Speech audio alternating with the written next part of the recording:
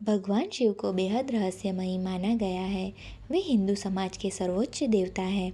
शिव जी का जन्म। शिव पुराण में भगवान शिव को स्वयंभू कहा गया है। उनके कोई माता पिता और जन्म की तिथि नहीं है। तिब्बत स्थित कैलाश पर्वत महादेव का निवास स्थान है और उस पर्वत के ठीक नीचे पाताल लोक है, जो भगवान विष्णु का स्थान है, जबकि कैलाश पर्वत के ठीक ऊपर स्वर्ग लोक है, जिसे ब्रह्मा जी का स्थान कहा गया है। भगवान शिव का स्वरूप बहुत आकर्षक है। वो जो भी धारण करते हैं, उनके पीछे भी व्यापक अर्थ है। शिव जी की जटाओं में गंगा। शिव जी की जटाएं अंतरिक्ष का प्रतीक है। जब गंगा नदी को धरती पर लाना था, तब सबसे बड़ी समस्या थी गंगा नदी के गति और आवेग की।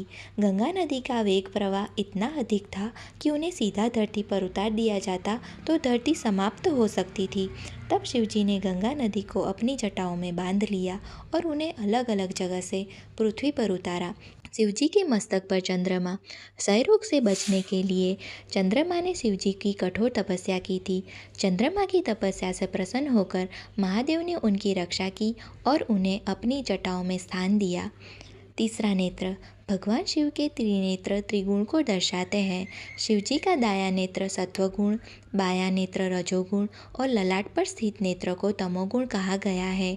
शिवजी के यह नेत्र भूत, वर्तमान, भविष्य तीनों कालों और स्वर्ग, पृथ्वी, पाताल तीनों लोकों का प्रतीक माना जाता है।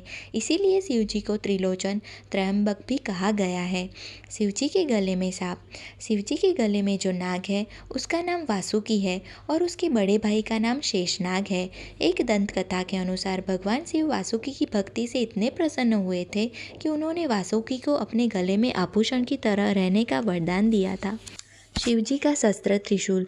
भगवान शिवजी के पास कई मारक शस्त्र थे। सभी का उन्होंने ही निर्माण किया था, किंतु भोलेनाथ ने सभी शस्त्रों को अन्य देवताओं में बांट दिया और अपने पास सिर्फ त्रिशूल को ही रखा, जो सृष्टि के आरंभ में ब्रह्मनाथ के समय उनके साथ ही प्रकट हुआ था। शिवजी के हाथ में डमरू। डमरू को भगवान शिव के साथ ही प्रकट हुआ माना गया है। शिवजी प्रसन्नतापूर्वक डमरू बजाते हुए तांडव नृत्य करते हैं, तब प्रकृति में आनंद छा जाता है। डमरू के संगीत से छंद और ताल का जन्म हुआ है। डमरू की नादे ब्रह्म स्वरूप है। शिवजी के गले में मुंडमाला। शिवजी के गले में 108 सिरों की माला है। एक बार माता पार्वती ने शिवजी के गले में मुंडमाला का रहस्य पूछा तो शिवजी ने बताया, जितनी बार तुम जन्म लेती हो और मृत्यु को प्राप्त होती हो, उतनी बार उस माला का मुंड बढ़ जाता है। तब उन्होंने शिवजी से पूछा, हे प्रभु, आप अमर हैं तो मैं क्यों नहीं? इसके बाद भोलेनाथ ने माता को अमरत्व का ज्ञान दिया है। बाघ की खाल को धारण करना। शिव पुराण के अनुसार एक बार ब्रह्मांड गमन करते हुए भोलेनाथ एक जंगल में जा पहुँचे। यह जंगल ऋषि मुनियों का निवास स्थान था और उस वक्त भोलेनाथ निवस्त्र थे। यह देख ऋषियों की पत्नियां भोलेनाथ की तरफ आकर्षित होने लगी। तब शिवजी को सबक सिखाने के लिए ऋषियों ने उनके मार्ग में बड़ा गड्ढा बना दिया और सोचा कि मार्ग से गुजरते समय वह इस गड्ढे में गिर जाएंगे। ऋषियों की योजना सफल रही। भोलेनाथ उस गड्ढे में गिर गए। तब ऋषियों ने शिवजी को मारने के लिए एक बाघ को भी गड्ढे में गिरा दिया, लेकिन भगवान शिव ने उस बाघ को मार डाला और ऋषियों की भावना समझ गए। वह बाघ की खाल को धारण कर गड्ढे से बाहर निकल आए। जब ऋषियों को भोलेनाथ के रूप का पता चला, उन्होंने उनसे क्षमा याचना की। बाघ को मार देने के कारण भोलेनाथ ने आशीर्वाद स्वरूप उस खाल को वस्त्र रूप में धारण किया और अपना आसन भी बनाया। भोलेनाथ क्यों लगाते हैं भस्म?